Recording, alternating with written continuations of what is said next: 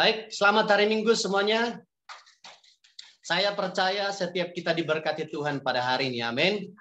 Hari ini kita akan melanjutkan seri khotbah kita, yaitu Gospel Demonstrated, yaitu bagaimana kita mendemonstrasikan Injil dengan benar atau menunjukkan Injil yang benar kepada banyak orang lain. Nah, kalau 2 minggu lalu kita sudah diajarkan oleh Pastor Robi sebagai orang percaya bahwa kita harus beriman dan bertindak.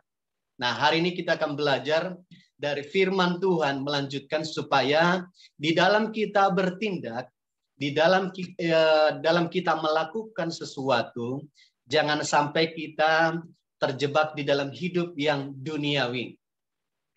Nah, apa maksudnya duniawi? Hidup yang berdasarkan standar dunia atau hidup di dalam keinginan daging, ada keinginan mata serta keangkuhan hidup. Karena kalau kita tidak hati-hati di dalam kehidupan kita, kita bisa motivasinya untuk menyenangkan diri kita sendiri. Karena itu saya berikan judul firman Tuhan bagi kita pada hari ini adalah ada bahaya keduniawian. Kenapa? Karena akibat keduniawian itu membuat Injil tidak bisa didemonstrasikan melalui hidup kita. Injil tidak bisa ditunjukkan melalui hidup kita. Saudara, hidup keduniawian itu dimulai dari hal-hal yang kecil. Misalnya, saya kerja tadi malam, jadi saya capek sekali. Saya mau tidur dulu pagi-pagi nih. Daripada saya tidak konsentrasi ibadah, lebih baik saya tidur. Nah, Tuhan mengertilah keadaan saya. Nah, saudara, ini adalah tipuan iblis. Saudara, ibadah minggu ini kebenarannya adalah kesempatan kita menerima firman Tuhan, mendengar suara Tuhan, menyembah Tuhan. Kesempatan kita menerima berkat yang dari Tuhan. Amin. Ada juga yang pada hari Minggu itu dibuat dengan dia tidak sadar bahwa dia sudah menyia-nyiakan berkat. Misalnya liburan dari pagi, Pak, kita izin tidak gereja soalnya ada keluarga yang datang, jadi kita mau berlibur dulu. Jadi atau mungkin ada teman yang datang, kita mau liburan dulu. Nah, kemudian mungkin ke Bedugul begitu ya. Sampai di Bedugul foto-foto yang banyak, yang bagus, cepret-cepret gitu ya. Kemudian diupload ke Facebook atau ke Instagram. Nah, foto-fotonya penuh dengan keceriaan. Tetapi tidak ke gereja. Saudara, kalau teman-teman gereja yang melihat tindakan kita seperti itu, kira-kira apa yang ada di dalam hati mereka? Bukannya kita malah menginspirasi orang, tetapi yang ada apa saudara? Menjadi batu sandungan. Malah orang yang belum kuat imannya di dalam Tuhan, ya saya juga mau pingin jalan-jalan hari Minggu. Katakan di sebelah kiri kananmu, jangan begitu. Nah, hari ini kita akan belajar apa yang firman Tuhan katakan supaya kita kuat, supaya kita tidak masuk ke dalam keduniawian. Jadi kita tidak terjebak dalam bahaya keduniawian. Kita akan belajar pada hari ini di Yakobus pasal 4 dan pasal 5 yang pertama.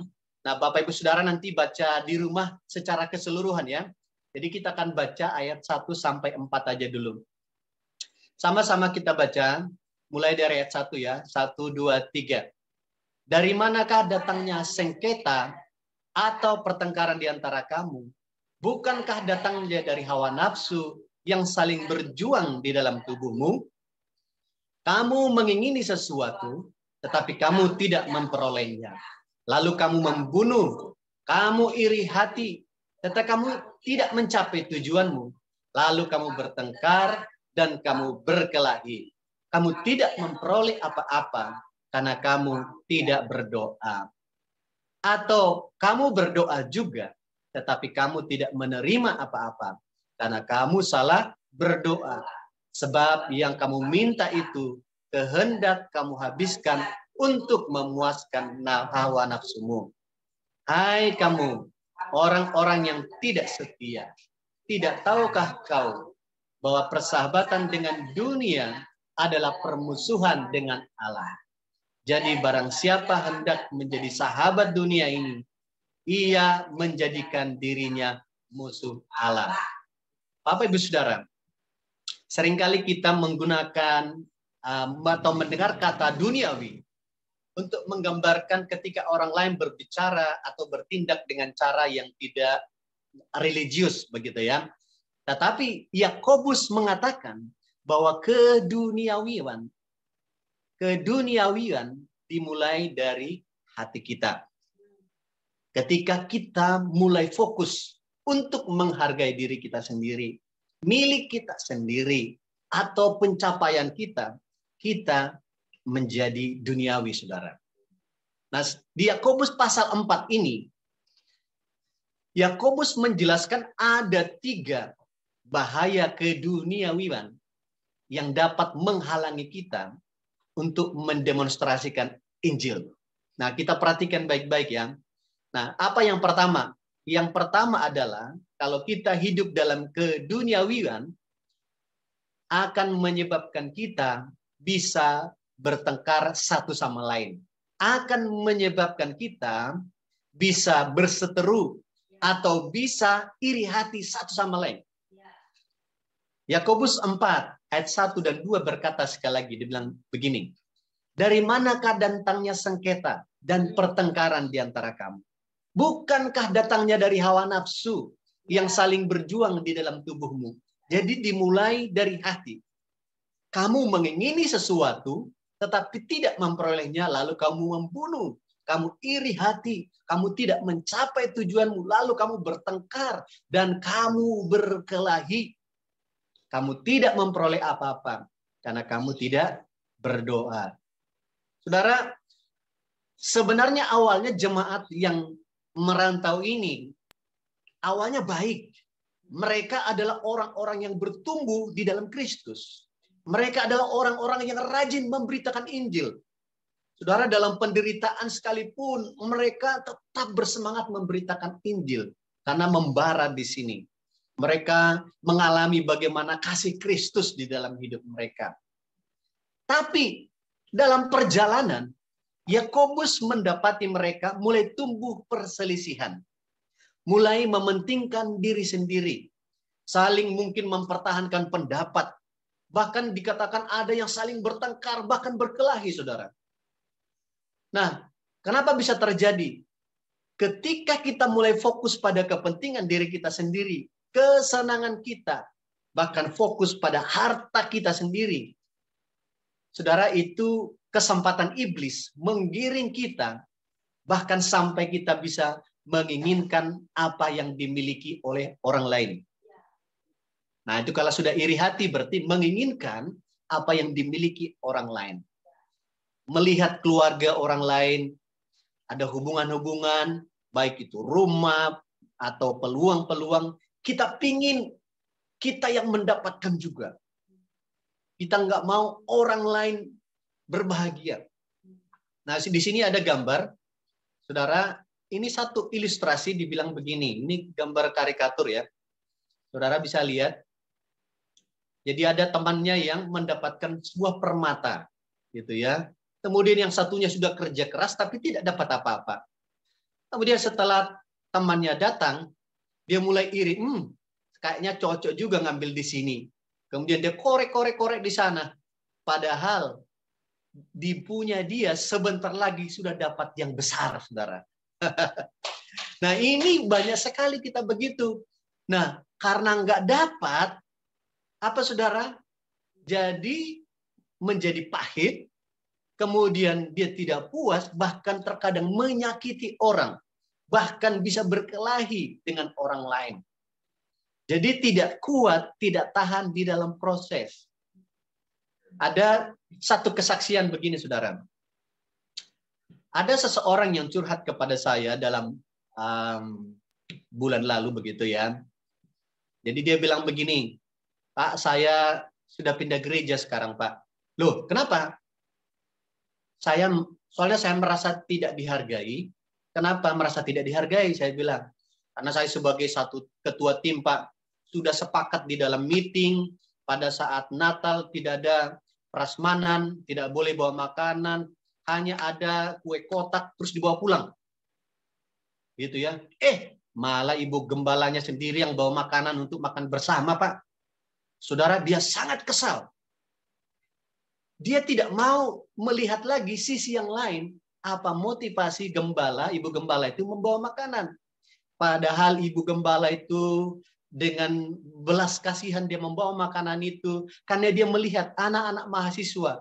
Yang mungkin saudara tahu, anak mahasiswa mengharapkan makanan pada acara itu. Saudara, betapa mudahnya kita terjebak dalam perselisihan. Bahkan di dalam gereja sekalipun. Kita bisa ribut karena apa? Kurang diperhatikan. Kurang dihargai, kurang senyum, tidak disapa. Sesungguhnya hal itu menunjukkan kita masih keduniawian yang sangat keberatan, mengesampingkan kepentingan kita untuk kepentingan bersama atau kepentingan orang lain. Katakan di sebelahmu, jangan menjadi duniawi. Kalau kita tetap fokus kepada Tuhan, fokus melayani, maka hati kita akan terjaga, dipenuhi dengan belas kasihan kepada orang lain. Nah, kita akan dilalukan dari apa?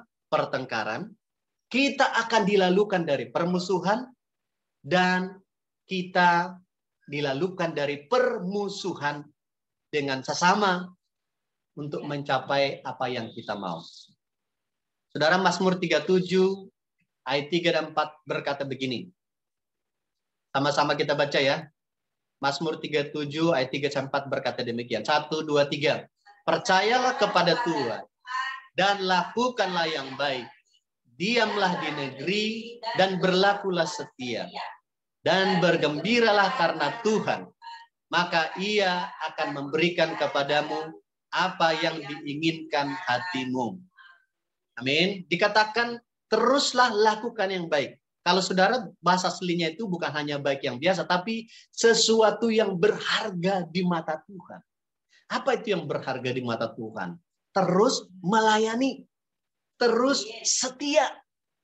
Maka Tuhan yang akan memberikan apa yang ada di dalam hati kita. Jadi bukan karena berdasarkan kekuatan dan usaha kita. Bukan karena berdasarkan gagah perkasa kita. Ada amin? Jadi fokus terus kepada Tuhan. Yang kedua, apa bahaya keduniawian? Keduniawian menyebabkan kita bisa sombong akan masa depan saudara. Saya ulangi lagi ya. Yang kedua, keduniawian menyebabkan kita sombong akan masa depan. Saya bacakan lagi, kita sama-sama ya. Yakobus 4 ayat 14 dan 16. 1, 2, 3. Apakah arti hidupmu? Hidupmu itu sama seperti uap yang sebentar saja kelihatan lalu lenyap. Sebenarnya kamu harus berkata, jika Tuhan menghendakinya, kami akan hidup dan berbuat ini dan itu. Tetapi sekarang kamu memegahkan diri dalam congkakmu, dan semua kemegahan yang demikian adalah salah. Ketika kita bersemangat untuk sesuatu, ketika kita berbagi kepada orang lain, apa yang membuat kita bersemangat? Misalnya kita menceritakan perjalanan kita mau promosi ke luar negeri, bahkan kita bicara tentang sekolah. Saudara, yang Yakobus maksudkan itu bukan itu yang salah ya. Bukan seperti itu maksudnya sombong akan masa depan itu.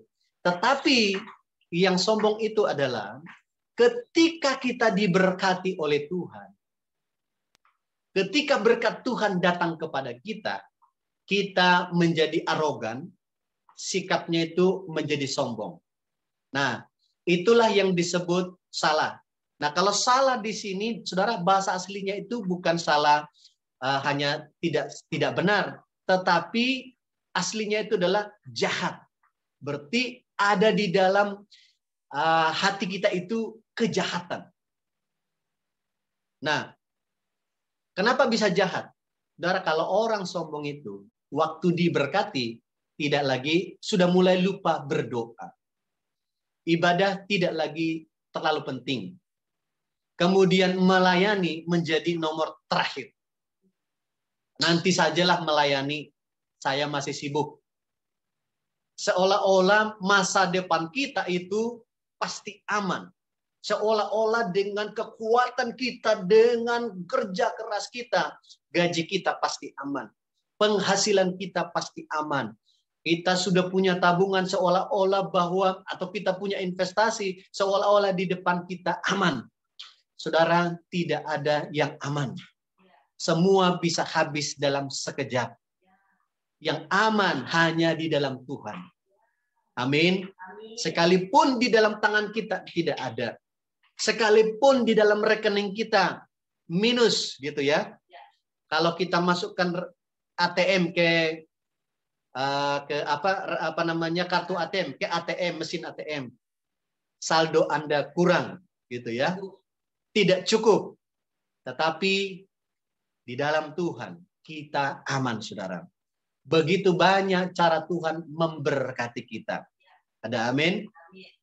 Nah, firman ini mengingatkan kita kembali.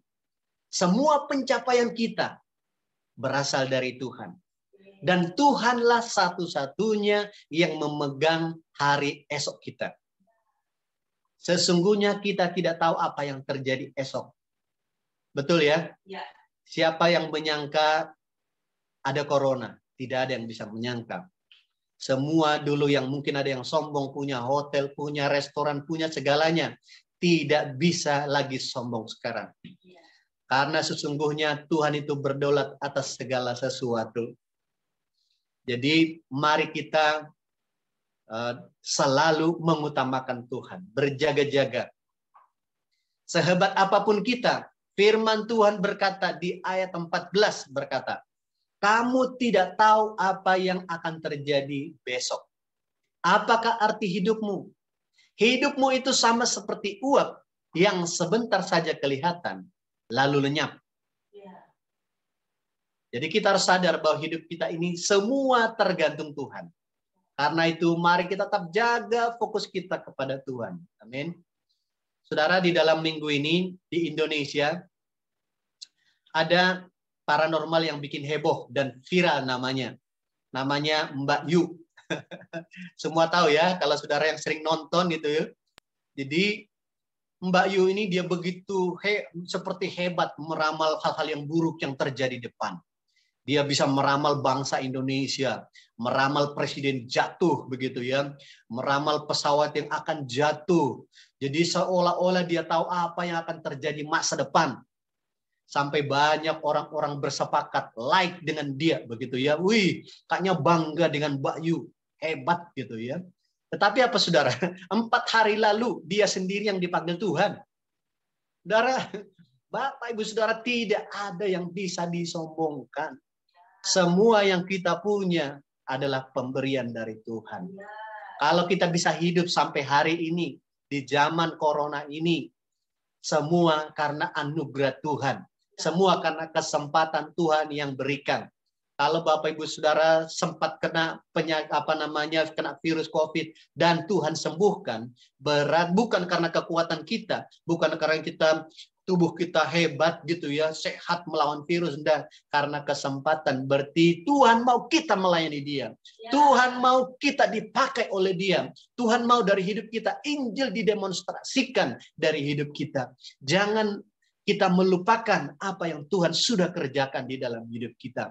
Seringkali orang Kristen berkata, Pak, ada juga bilang gini, saya tidak pamer kok Pak. Saya tidak pernah menceritakan kesuksesan saya bagi orang lain. Saya tidak pernah juga upload di Facebook atau di Instagram, saya punya ini atau punya itu. Tetapi saudara, apa kata Yakobus? Ayat 17 berkata, jika seseorang tahu bagaimana ia harus berbuat baik, tetapi ia tidak melakukannya, ia berdosa. Nah, ukuran kesombongan ini dan keangkuhan ini bukan sekedar pamer, bukan sekedar kesombongan dengan masa depan. Tetapi ketika kita harusnya bisa melakukan sesuatu buat orang lain. Melayani orang lain. Supaya orang lain itu mengenal Tuhan. Tetapi kita diam saja. Kita tidak melakukannya, mengabaikannya. Saudara, kita adalah orang-orang yang berdosa.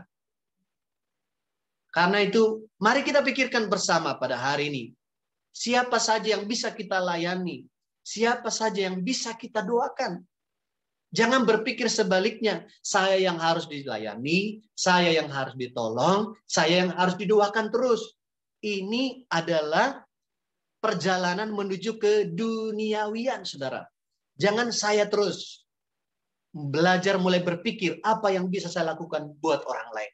Sekalipun saya masih kurang ini, apa yang saya bisa lakukan buat orang lain. Karena sesungguhnya di dalam kita pasti banyak hal yang kita bisa lakukan buat orang lain. Ada amin? Katakan di sebelah kiri kanan sekali lagi, jangan hidup duniawi. Nomor ketiga, yang kita belajar pada hari ini, apa bahaya keduniawian? Keduniawian menyebabkan kita bisa menindas orang lain. Ya, menindas dalam tanda kurung ya. Kalau dulu mungkin zaman penjajahan lebih ketara, kelihatan secara fisik. Tapi sekarang ini secara roh, secara perkataan, kita bisa menindas orang lain. Yakobus 5 berkata begini, saudara. Jadi sekarang, hai kamu orang-orang kaya, menangislah dan merataplah atas sengsara yang akan menimpa kamu. Sesungguhnya telah terdengar teriakan besar, karena dosa yang kamu tahan karena upah yang kamu tahan dari buruh, yang telah menuai hasil ladangmu, dan telah sampai ke telinga Tuhan semesta alam, keluhan mereka yang menyabit panenmu. Saudara, akibat keduniawian, seseorang akan berjalan dalam keinginan untuk memperkaya diri sendiri. Keinginan untuk mendapatkan lebih banyak dari orang lain. Dan usaha untuk mencapainya seringkali kita tidak lagi memperhatikan kebutuhan orang lain. Tetapi justru memperlakukan orang lain dengan tidak adil. Ada seseorang yang cerita kepada kami, begini dia bilang, dia kerja di perusahaan yang cukup besar. Pak Roni, selama di tahun COVID ini Pak, bos saya malah tambah kaya. Dia bahkan tambah rumah, tambah mobil. Waduh, gimana ceritanya itu? Kok bisa? Karena begini Pak, karena alasan COVID ini, gaji karyawan dipotong setengah. Padahal pemasukan perusahaan yang saya lihat tidak terlalu berkurang. Makanya Pak, jumlah karyawan kami ini kalau nggak salah waktu itu dia bilang lebih dari 100. Ya mungkin ada 300 kalau nggak salah, perusahaan besar. Bayangkan Pak, setengah gajinya semua ditahan oleh dia. Ini sudah lebih dari setahun. Jadi apa? Dia bisa gampang beli mobil dan beli rumah. Dan dia bilang gini, jadi semua karyawan tidak bisa protes Pak. Kenapa? Dia bilang begini, kalau ada yang tidak puas silakan mengundurkan diri. Sementara kalau kita sekarang Pak mau mengundurkan diri, cari kerjaan susah Pak. Benar nggak Pak Roni katanya? Jadi ditahankanlah sementara. Saudara, ini adalah salah satu yang disebut menindas orang lain untuk mendapatkan keuntungan diri kita sendiri. Nah, kalau Bapak Ibu Saudara sedang mengalami situasi seperti ini, sepertinya ditindas, diperlakukan tidak adil. Pesan Tuhan bagi kita pada hari ini, jangan menjadi pahit. Jangan menghakimi bos. Apalagi menganggap Tuhan tidak peduli dengan kita. Percayalah kepada Tuhan. Tuhan itu adil. Amin. Filipi 1 ayat 6 berkata begini, saudara. Sama-sama kita baca ya. Filipi 1 ayat 6 berkata, 1, 2, 3. Akan hal ini aku yakin sepenuhnya, yaitu Ia yang memulai pekerjaan yang baik di antara kamu akan meneruskannya sampai pada akhirnya pada hari Kristus Yesus. Kalau kita tetap mengutamakan Tuhan, Kalau kita tetap setia melakukan firman-Nya, kalau kita tetap setia melayani Tuhan dan melayani orang lain, Tuhan pasti akan menolong kita. Tuhanlah yang memberikan jalan keluar di dalam hidup kita. Tuhanlah yang akan menggenapi janjinya kepada kita. Tuhanlah yang akan meneruskan semua pekerjaannya sampai terjadi. Amin. Jadi katakan di sebelahmu, percaya terus kepada Tuhan dan teruslah melayani. Karena Tuhan itu adil. Ada amin. Tuhan itu adil. Satu kali saudara, ini kesaksian pribadi. Ada kliennya Bu Mita. Jadi seorang wanita yang dari Amerika. Nah, dulu pernah Ibu Mita desain dan gambar rumahnya dan juga sekaligus dengan temannya membangun rumahnya. Karena luas tanahnya itu ada 1 hektar. Jadi di dalamnya ada lapangan golf. Wah, cukup kaya. Kemudian satu kali dia mau jual rumahnya. Kemudian kami bantu dan ada teman saya juga yang punya tamu gitu ya. Jadi saya ngomong, "Oh iya, ada tamu enggak yang bisa beli rumah?" "Oh, saya punya." Kemudian kita pertemukan dengan temannya ini. Kemudian lakulah rumahnya. Kita sepakat deal. Dan komisinya kami dapat waktu itu cukup besar harusnya. Yaitu masing-masing 1 M, saudara. Masing-masing 1 miliar. Wow, itu kita sudah semangat sekali. Gitu ya. Saudara, rumahnya itu deal hari Sabtu. Tetapi apa? Notaris tutup. Oke, kemudian kalau gitu kita tunggu hari Senin ya. Tetapi apa yang terjadi, saudara? Hari Minggunya orang suaminya ini orang Indonesia. Nah, dia nelpon saya. "Pak Roni, saya juga punya teman yang berniat mau beli rumah ini. Tapi karena Pak Roni duluan, ya tidak apa. Tetapi gini Pak Roni, kalau mau Pak Roni, berarti komisinya saya kasih 100 juta aja. Sisanya yang 1,9 M itu saya yang ambil." Saudara, ini yang ambil suaminya komisinya. Padahal yang dijual kan rumahnya gitu, rumah istrinya. Saya berpikir mungkin dia suami yang tidak resmi. Nah, karena suaminya ini orang Indonesia. Wow, ini saudara, teman saya mengetahui itu, saya kasih tahu teman saya ini langsung marah-marah dia. Kenapa? Dia merasa ditindas, diperlakukan sewenang-wenang. Akhirnya dia membatalkan tamunya. Ini aja Pak Roni, kita batalkan aja. Dia buatlah alasan dibuat-buat sehingga tamunya menjadi setuju batal. Kita batalkan aja transaksinya, soalnya orangnya tidak fair katanya. Saudara, wajar dia marah karena merasa ditindas. Nah, saya marah nggak? Marah juga, saudara. Saya kecewa sebenarnya, saudara. Saya sudah bermimpi rumah kami akan lunas. Waktu itu rumah kami belum lunas, masih nyicil. Dan akhirnya batallah semua impian itu, saudara. Saudara, istrinya yang Amerika ini tidak tahu apa yang terjadi di balik layar. Dia malah bingung. Dia kasih tahu saya, "Loh, kok kamu tidak jadi?" Seolah-olah saya yang berbohong lagi, saudara. Ini tamunya nggak benar gitu ya. Saya maunya terus terang, saudara. Mau terus terang gitu ya. Pak, mau apa yang terjadi. Tetapi apa? Kalau saya kasih tahu, pasti suami istri menjadi ribut dan mereka bisa pisah. Saya tahu, saudara, ini situasi tidak adil.